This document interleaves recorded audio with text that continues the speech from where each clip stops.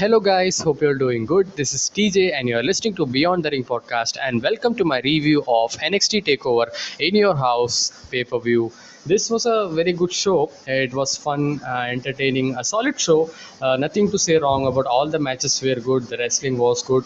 All the matches had some or the other story played out, and that's good. That's good in wrestling, and that's the important stuff. But still, I would say that it more of a felt like a special episode of NXT that they do in weekly sometimes, rather than a takeover.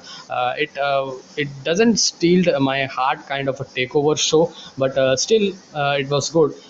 Compared to last in your house as well, if you see, last in your house was a better built show, better built card, and the build was also good last year than this year. And the last year the pandemic was going on, but still they delivered. And this time it's way different. The pandemic is not at the level of last year, but still it's a kind of it's the problem of booking.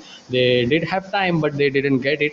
Anyways, this show was good to very good to watch through.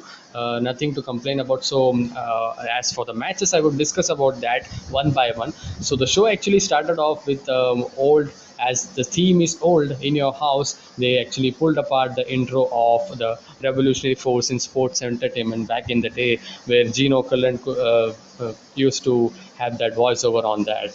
This was done by, I think, Greg Hamilton or something, or Todd Pettingill, I think so.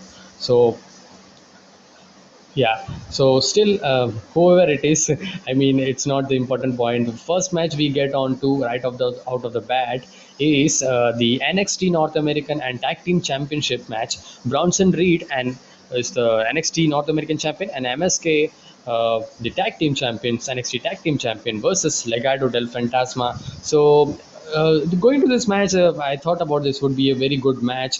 All have experience and they have worked many multi-man tag matches and multi-matches. So Legado del Fantasma, when they are a unit, they are working with, they are excellent, and they had the performance, very good performance, where the faces were controlling the heels first. They were getting all the upper hand, and Bronson Reed, MSK, they had the chemistry as well. Bronson Reed, who is a power guy, and MSK, who had that speed and athleticism, and that quickness and that blink of an eye kind of action maneuvers that they possess, and some innovative maneuvers that they possess, and smooth kind of maneuvers. And it's very good to watch. Nothing kind of new there, but it was still good to watch. A good wrestling right there. But in the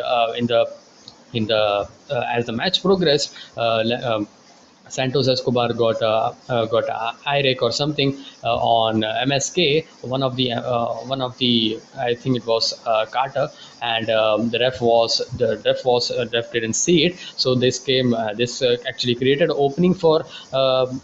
Legado del Fantasma team then, and they actually tried to then have some great offense on a Mendoza. They had a corkscrew plancha as well, and Legado takes control. Escobar gets an avalanche rana on Lee as well, and includes. They also had a hot tag to Lee as well, where who runs over everyone in his path, and includes a double Samoan drop on Wild and Mendoza, and in the process. So this was a kind of a babyface versus heel story, a simple match, decent, pretty good match. You can say that. Nothing to say wrong about. Nothing to say it had. It shifted to a high gear or something. It was good opener, and in the end, we saw kind of a highlight where Santos Escobar was taking the North American champion, and that the same thing that they had done in NXT episode, they done it again. Bronson Reed come out of nowhere and just crashes him into that plexiglass, and he falls out, and then rest was just business. While takes out with tandem offense, leaving Mendoza to eat the blockbuster combo, and Reed goes up and hit his finishing maneuver, the tsunami, and Bronson Reed and MSK wins the six-man tag team and retains the championship along with that as well. So it was fun, pretty good match, decent match. And next we get to Next, we get to a small kind of segment where Kyle O'Reilly is is coming to the arena, and just and they had a scuffle between Johnny Gargano, or Johnny Gargano the way was mocking Kyle O'Reilly. So they had some mocking going on. They were kind of having some scuffle, and William Regal comes up. So chaos was the whole show was chaos out there, and they really did put a very good story on that. And then we get to that Mercedes Martinez versus Xia Li. This was the second matchup, and talking about this matchup, I was pretty excited because Xia Li getting her first opportunity in Takeover. I mean, I like her character. She's kind of a warrior character, and and this kind of character is pretty in very low kind of pretty low. We don't know, we don't see this kind of character, as I supposed to say that. So Mercedes Martinez versus Xia Li, and this was a good match. Xia Li actually comes out with a sword, and she actually had that quickness, she had that strike advantage, and she kicked the hell out of Martinez. And she the story actually was that she was targeting Martinez midsection, and she was working on that midsection, and half of the match Xia Li was controlling this matchup. This didn't shift to a high gear or something, just like I said in the tag team match, even though that had pace. But the pace of this match was not kind of fast, but it was kind of a methodical kind of, you can say it. Xia Li was having a small pace. There was a small pace in this match. We saw Martinez gets going with strikes and kicks, but misses a corner avalanche in the match. And Lee fires off shots and nails an exploder as well. That was good. And Martinez then avoids a charge and flag jacks. So another story that played out was after so much taking offense by Mercedes Martinez, she finally get the opening where she was on the ring post, and Xia Li actually was trying to kick on her to have the damage more on the mix section. But she moved on, and she hurt the leg. So that was the show. That was the story, and she was targeting her leg as well.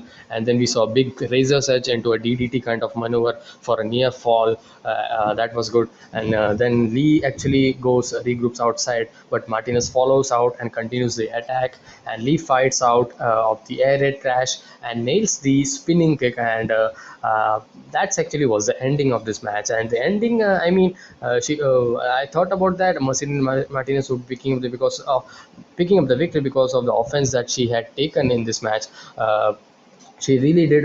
She really did actually have Xia Li a very good time to perform with her in the ring, and she really showed all the things that Xia Li had on Mercedes Martinez. She really tried to look good to look good for her. So that was good. That was good job what Mercedes Martinez did. And the ending I didn't like upon. I mean, with the spinning kick, she this wasn't her finisher actually.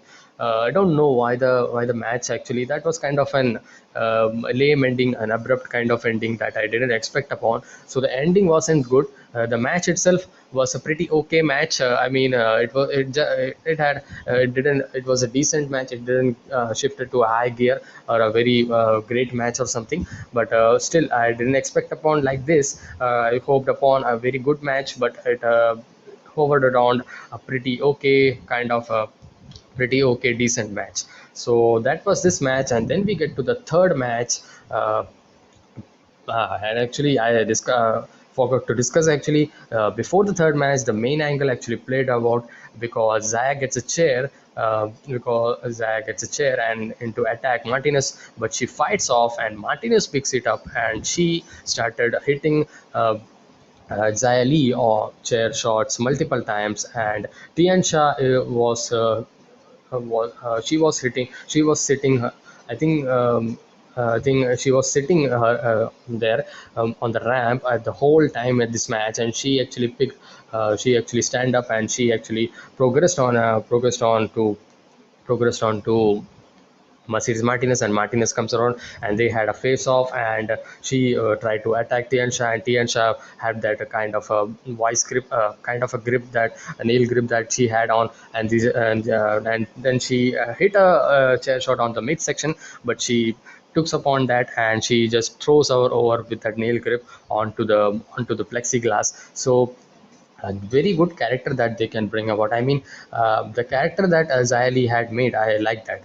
I mean, she's if they build her up really good, it would be great. I mean, it can be also a very kind of a intimidating kind of a faction, and very gloomy, a special kind of action that we have not seen upon nowadays. So kind of a warrior, kind of an energy, kind of that she's getting. So maybe we can also get this if Sayali get the main roster call or something, she can also join that Fiend storyline, something that would match the storyline very well. I mean, think about that. uh, kind of a I mean kind of a I think upon kind of a Rosemary kind of gimmick that Tien Shah has, but still she somewhat kind of looked like a great Muta kind of stuff as well, kind of character as well. So pretty interested to see how they are going with now the angle is being played out. So pretty interesting turn and pretty interesting angle they shown about after the match. This was more interesting. So then we get to the third match, which was, and before that we actually saw a small promo between Timothy Thatcher and Thomas Ciampa. They cut an angry promo in the back because they are having a tag team matchup at this week's NXT. And then we get to the third match, which was for $1 million championship. This was a ladder match between Cameron Grimes and LA Knight. I was very excited. The build itself wasn't that great or something. It was a comic stuff build that they had. Just had some lame kind of jokes made around, and they really didn't build like that. But the story made it interesting by introducing the $1 million championship and having a ladder match. And ladder matches, they have the history at NXT Takeover that they are always good. They didn't go as bad, and that was the result of this as well. This was one of the very good match. Uh, of the night, I would say. And this was a very good match. Both of them worked the hell out of in this match, and it was a very good match. Nice spots there, and in the story of this match, actually, in the short, I can say that. In the initial minutes, they were trying to have the ladder and have that control, and who's gonna get the ladder first, and who's gonna get the set up the ladder first. And then they get that was good, that teasing was good. And then they get to the setup part of it. They had cool maneuvers, like they had some cool maneuvers where they actually German suplex into ladder. That was good. And Grimes comes back with a release German suplex into a ladder setup in the corner. That was good as well. And Knight then had a neck breaker on the open ladder, and that was a nasty spot, man. And the ladder was not in a straight position. It was kind of standing kind of position, and that would have hurt both of them, especially LA Knight. And they really worked a lot in this match. And the spots that they used didn't kind of copy that we see in every match, every ladder match. They didn't copy that, but still it was not kind of over the top that they did something. But still, it was something good, something changed kind of pattern they had. So talking about the match length, I mean, this did get a little bit long, but it didn't. I mean, I'm just nitpicking actually. I didn't really felt about that this match was boring or something. This match was fun because the build up, the tease, the whole character they were portraying, the whole back and forth action, and sometimes Cameron Grimes is getting the offense, sometimes. LA Knight is getting the offense. That was great here, and the setup as well. The all the things that all the little things that they had. So that was good. And even Ted DiBiase was also sitting near the commentator's table, so that was good as well. So that did put upon a lot of importance on that, especially it's an important title on the Ted DiBiase's history and career. And And in the finish, we saw they fight outside for a bit until Knight used a shortcut to regain the upper hand, and Grimes climbs a ladder, and then he actually climbs onto the set that NXT set, that long set that they had, the structure of the arena, and he just jumps off that, and that was dangerous, man. I mean, LA Knight wasn't noticing that. Just a nick of a second, if he would have not thought, would have not focused upon it, would have been a very bad injury as well. If you closely watch it, you could understand that. So I mean, they worked out really well. I mean, they worked a lot in this match, very well worked match, a very hard work match, and lots of entertaining stuff, fun stuff this match had. And even more of the story than this match was very entertaining, and the ladder matches just had to do that job, and they really did the job here. And LA Knight stole the show. Actually, LA Knight's biggest match of his career in NXT, after he debuted at NXT Stand and Deliver, I think so. Yeah, he debuted on that. So very prominent match that he had, ladder match, and he actually won the whole thing. And I didn't think upon, because my prediction was Cameron Grimes. I mean, he's the loose cannon kind of gimmick that, and I think that he would be winning some kind of tactics that he would be bringing and should be winning. But it was LA Knight. So LA Knight is the first ever, and the uh, new this $1 million champion. And in the end, we saw Knight back climbs on along, but the ladder is tipped over, sending him backward onto another ladder. Knight climbs, and then he wins. So that was the that was a match. This was a good match, well worked match. As I said, nothing to complain about. It was a very fun match.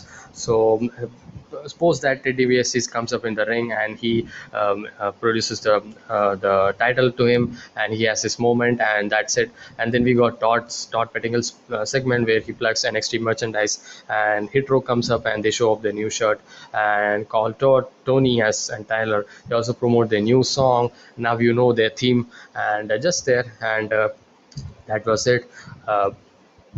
And then we actually saw another scuffle between, kind of a brawl.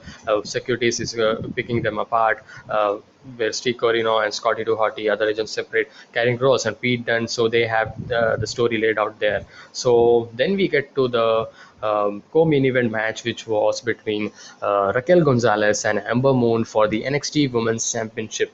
So Ember Moon, as I said, she's a former NXT Women's Champion. So going to this match, I think about would be a good match, but I didn't think about Ember Moon would be the challenger in this takeover in your house card.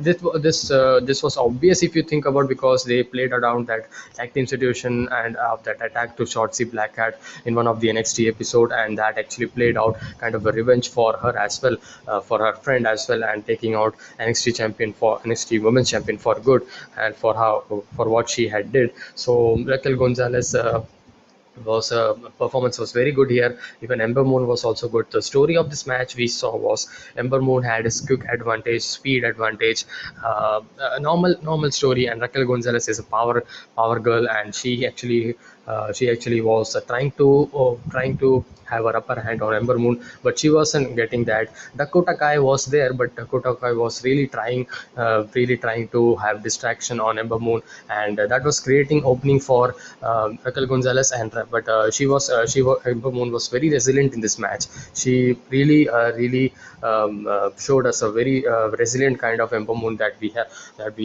actually seen in this match. And we actually saw Moon counters one-armed power bomb in the initial minutes of the match with the head scissors into the corner. Dakota distraction came, and Moon actually misses a knee in the corner, and then also we saw Raquel knocks her off on the apron and to the guardrail as well. Raquel then remains in corner, shrug off in the Ember Moon's offense, and she gets that twisting Veda bomb. That was nice. That was a nice innovative Veda bomb Raquel had. So that was good. And with the sidewalk slam as well. So Power Moves was also being, but Ember Moon was not ready to lose this match, and the Ember Moon actually really told and really had get into the fans' head that she would be winning the championship. I mean, she had a lot of Raquel Gonzalez had a lot of Raquel Gonzalez had a lot of near falls, and that actually created kind of a doubt if it's Ember Moon winning or something. And in the in the in the midway in the midway and the last, we saw Dakota helps save Raquel from a submission. Moon takes out the champ with a tope suicida that sends her over the commentary table, and then we saw Moon fights back and nails the eclipse, but Dakota could puts Raquel's foot on the bottom. And I thought about after that modified eclipse and a top rope eclipse, it would have been it, because I thought about that Ember Moon would be. I was automatically going into Ember Moon's route, and I was rooting for Ember Moon. I don't know why. And Shotzi Blackheart hit and returns and chases. And as I thought about that Shotzi Blackheart would be returning, and she chases Dakota, and she's afraid, and she's running around the ring and slamming her into the glass and send her packing. They are gone then, and Moon then hits a DDT onto the aisle, and that was a nasty kind of DDT from the top rope, I think about. So that was dangerous, and that was a spot, that was a very good spot, but it was nasty. Then. But she gets only two counts. She was kind of had a difficulty to drag this carcass of this big opponent that she has. Raquel hits Snake Eyes then, and a one arm power bomb to finish her off, and she retains the championship. So a lot of momentum that Raquel Gonzalez is now going. She defeated a former NXT Women Champion, so that's a very, and without Dakota Kai's help, and that's a job that she did, and that's commendable. So Raquel Gonzalez win the championship finally. She's kind of a champ that kind of deserving kind of victory that she had, because always Dakota Kai has something shenanigans that she plays around and wins around, and but still this was a very good match. I mean, apart from $1 million championship match, a ladder match, this was a very good match, well worked match. The story was there, and they really did show, Ember Moon really did show that I would be winning, and kind of attitude, and you cannot take me down kind of attitude that she has. So what's next for Raquel? Maybe I don't know. Maybe we can. And I actually said about this. I mean, I want a Dakota Kai storyline, or I don't think so. It would be right out of the bat after this NXT 07. No, but maybe you can say that maybe you can see Tony Storm, because ever she defeated Zoe Stark, there she didn't return. So maybe we can see the return of Tony Storm, and that's a kind of opinion and thought about, just thought that I came around. So that was the match, and then we get to the main event, and the match we were all being waiting for. But as I want to tell this, that the build was not good. The build wasn't good. If Madam Cole had returned prior to 1 to 2 weeks before, no, I mean, if the build up was, he returned 2 weeks before, I know, but the build up was not that good. I mean, just had some brawls or something. They Adam Cole promo just made some interesting there, and Fatal Five rotation is always fun to watch. So that's the only thing that they had, because these are the top NXT superstars going around. Nothing over the top story that there is. But wrestling is the one that NXT puts around very good. So I thought about that this would be a very good match, and this the opponent. I didn't name the opponents actually, and it was Adam Cole, Johnny Gargano, Kyle O'Reilly, Pete Dunne challenging Karrion Kross for the NXT Championship. So right out of the bat, we saw. Uh, Right out of the bat, we saw Adam Cole, Johnny Gargano, Kyle O'Reilly, Pete Dunne all had their one-on-one situation with Karrion Kross, and that was being played out. And then we got all going to the outside, having their own opponents. We saw in the match where Kyle outworks with his BJJ skills and ankle lock countered into a German suplex, and Johnny gets a crack with the champ. As I said, doesn't go well, and Cole is next. He gets crossed to his knees, hits an enziguri, but his next move is cut off by Dunn. Then he traps Cole in the apron, and everyone beats on Adam Cole, and that was a good thing there. All was sticking out Adam Cole. Cross starts throwing boots on everyone who comes near him. Cross finally take out all of them. Fun submission work from Kyle as well. So the work that they did in this match all had the spotlight. I mean, all worked very well. Even I didn't think about that that Pete Dunne would be getting this kind of spotlight, but he was really very good. He was really good. All of them very good, but I was surprised to see Pete Dunne's performance, and Pete Dunne and Karrion Kross situation that they had played out in backstage situation. So they actually bring about the story in the ring as well. That was good as well, and they had the moments in the match as well. Cross actually was taken around by throwing him off into that in your house stage door. So that took him out for some delayed. Some delayed minute he was not there.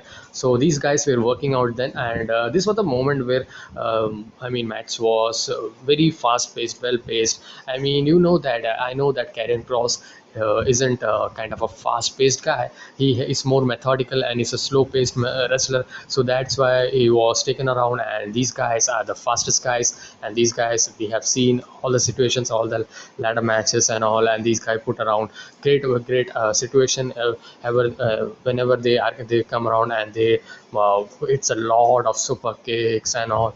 So the selling point was the weakest point. No selling kind of, and you can not expect kind of very good selling, but still kind of a spot fest match, you can say. And I'm not a fan of that. That was the thing when Karen Cross was not there. And Cole, we had a moment where Cole actually gets to wing Kyle and has control. He misses Panama Sunrise and Sunride, and Johnny returns. He takes the brunt of offense. Dunn takes a DDT from Johnny, and then Cole kicks free of an ankle lock. Kyle tries for the rebound lariat, but Cross takes him out. Cross finally came out, had come out from that. Come out from that attack that he had on the door, and dumps over onto the guardrail. The same goes for Cole, and Johnny is slammed onto the apron. And then we also saw Cross launches Johnny with a huge kind of 360-degree F5. That was good. That was good by Karrion Cross. And Karrion Cross was angry this time, and at this time, and he was destroying all of them. Johnny comes with a tornado DDT and series of other moves, including another tornado DDT through the ropes on Dunn. Cole super kicks, lots of stuff, lots of spots here and there. So I would be kind of not able to call this kind of action if this was going around in my front. So that was the kind of action that was going on. We got a super kick, and Cole has Panama Sunrise finally blocked into a gigantonic for two. Everyone starts into the barrage of offense, and barrage of starts until Cross runs through a Kyle boot and clotheslines him. And then we saw so this was a very I wanted to say that the story really wasn't the point here. This was who was the top of the NXT brand, who wants to become the NXT champion, who wants to have that title on their waist, who wants to get that title. So that was the thing that all was going around, and they were just speaking up, and just speaking up. All of them were very good performers, especially I would say Pete Dunne performance, and Johnny Gargano was also good. Adam Cole Johnny Gargano moment was very good. They had the history played out in the when they said commentary. They had the history, and they had some time as well. That was good. And Cole takes a forearm to the head, and cross jacket is applied on Dunn. He breaks it up by snapping the fingers. So I just fast forwarded all the action, because prior to this we are tons of stuff we have saw on double Saito suplex on Cole, and then that was great. And then we saw cross jacket on Johnny Gargano. Cole uses the last shot to break the hold, and Kyle knocks Cole out. Kyle with a flying knee on cross, but Cole super kicks him to ruin it. Cole super kicks Johnny and Dunn before missing last shot on Kyle, who rolls him to a knee bar then, and Cross sits up from his spot, and kind of a ending that I actually thought about. I mean, my prediction was Karrion Cross, and Karrion Cross was the winner here, and he retained the championship. Cross was actually Kyle was locked in that. Ankle lock on done, but Cross with the cross jacket, and Kyle actually passes out, kind of a ending that we think upon. So the main event match had a lot of great spots, and you can say sum it up like it was a spot fest kind of a match, and all of the superstars well worked. It was a well worked match. But still, I would say it was a dragged on match. I mean, it's kind of felt like this isn't ending, and fans actually also chant about and. That fight forever kind of thing, and that's what I thought about way before they actually were not trying to have something, and that's kind of a clarity of direction that they had though. So were having over and over offenses by all of them. So nothing was progressing, who is gonna go to get the upper hand. So kind of a very quick ending, after a quick kind of ending, that after that, I mean, Terry Cross picked up the victory. So all of them hard worked the match, but they didn't get it. So the storytelling wasn't that great, the build up wasn't that great as well. So the match was very good match. You can see it once. This is not a match I can recommend you can over and over watch it again or something, but still it was a great match, a fun match, entertaining match, very breathtaking match, a really good, very good main event. In that aspect, not the kind of a match that I expected to be. Even though I expect that Fatal Five Way match have loads of action when we put on these superstars, but this was too long, as I suppose. The structure of the match, the spots and all was too much in this match. That's a negative of this match I think about. So, anyways, the show thoughts is that this was a very good pay per view.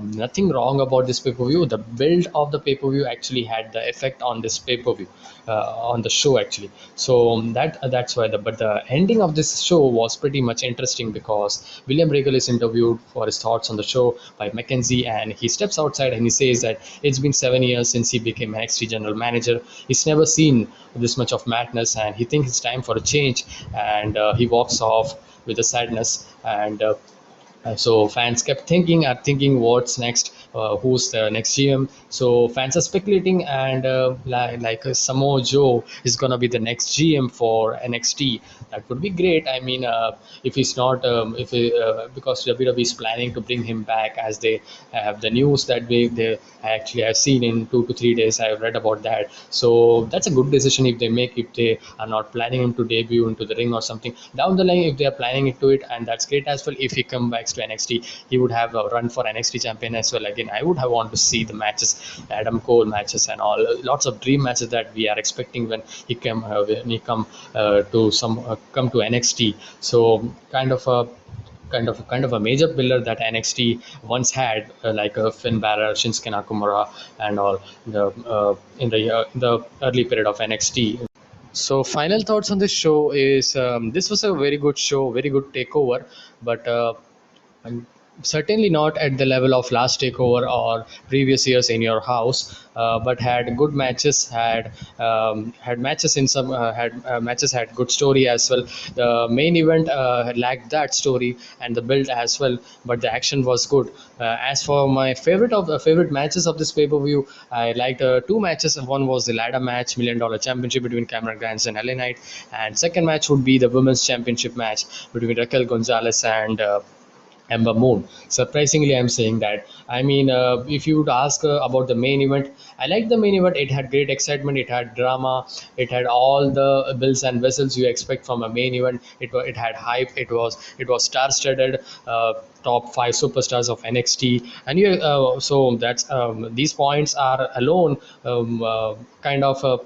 Into the alone enough to have the main event status as well as to be in the favorite list. But as the match itself, the layout of the match and all, I wasn't that fan of this match. I mean, you can watch it through one time, but you cannot no, you cannot watch it over and over, like Kyle O'Reilly versus Finn Balor, or Kyle O'Reilly versus Adam Cole, or Karrion Cross versus Finn Balor. That kind of match we cannot expect this. And certainly you cannot compare one-on-one match with Fatal Five Way, but we have seen better Fatal Five Way, Fatal Four-Way matches than these. I think so. This had a clearly lack of direction because they actually, the main negative point was they overdo a lot of a lot of wrestling here. I mean, that the word would not be correct, moves actually, because a lot of super kicks, lot of spot fest that was there. And talking about for Karrion Cross and Karrion Cross winning. I mean, my prediction was Karrion Cross, and Karrion Cross won, but the ending I wasn't a fan about.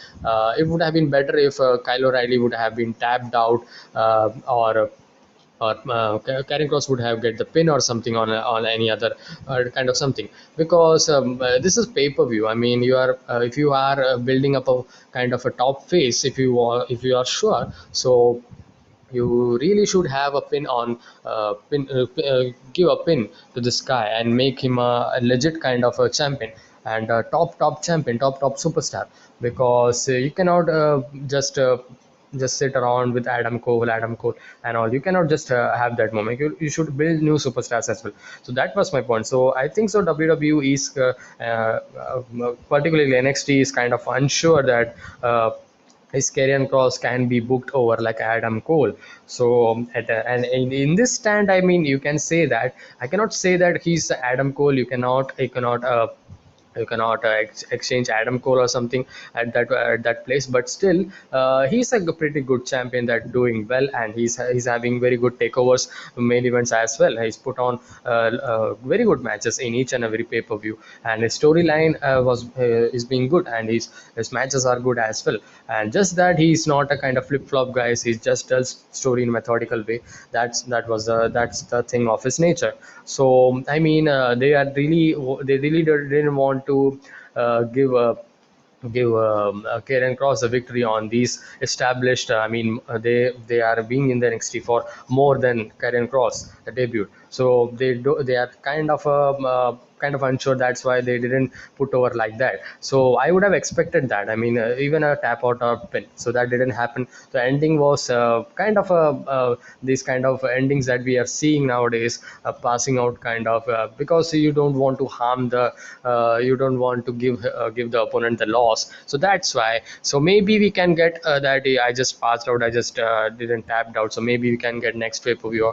So personally, I mean, what's next for Karrion Cross? So personally, I don't want to see another matches with any of these guys. I mean, we have seen this. I mean, it's just old seeing this, and I think so. He should have some new opponents. So as Karrion Cross is now retained the NXT Championship, so he should have new opponents, certainly. So as for new opponents, I am thinking about maybe you can have LA Knight, because but you'll say that he's a $1 million champion. So how could he? Maybe you can say Cameron Grimes as well. He could be a very worthy contender as well. He's having very lots of good matches. And I mean, what's Dexter Lumis doing? I mean he's just having that comedic storyline, and they are not just doing the good as that good as well in that aspect as well. So I mean, he would have he, they could build Dexter Loomis as well. I mean, I cannot say Dexter Loomis as a very worthy, because he didn't have won any of the championship.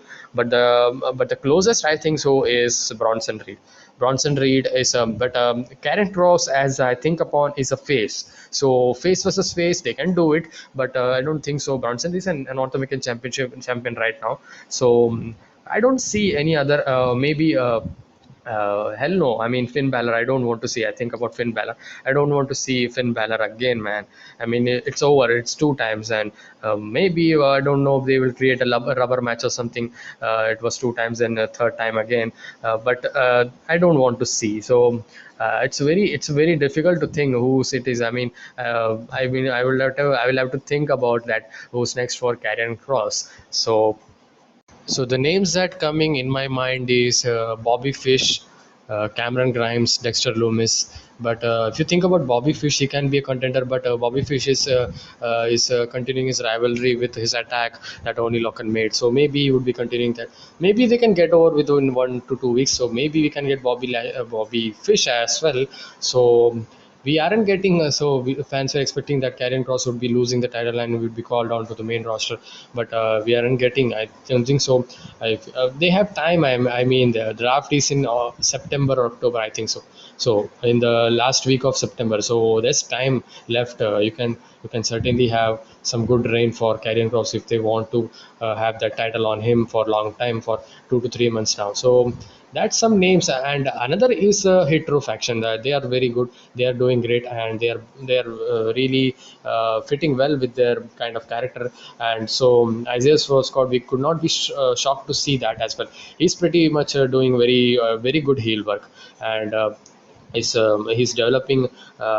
And I mean, he's been developed so much. I mean, after that Hitro faction, it's just been 3 to 4 weeks or something, and they are one of the best. I mean, they are doing the best that they can whenever they are on the show. Whenever they are on, they have the time.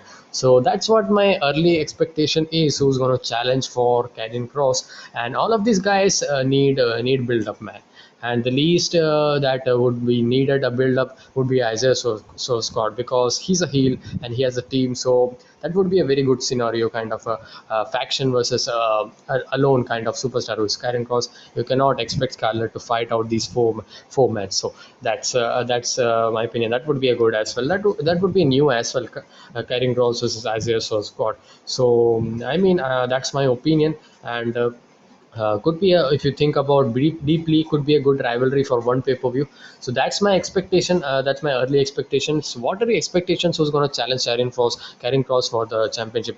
And what are your thoughts on the pay-per-view in your house takeover? How would you rate the matches, and what were your favorite matches? Be sure to like this video, share it with your friends, and subscribe to my channel for more wrestling content like this. And please guys, do subscribe, because there's kind of, I just checked upon my YouTube analytics, and some about 80% of guys are watching me by not subscribing. So please do subscribe. That supports me, man. Motivate me, man. It doesn't cost so much, that much. It doesn't cost anything, any penny. So please do that. I'll be appreciative for that. So I'll see you guys in the next one. Until then, stay energetic. Peace, guys.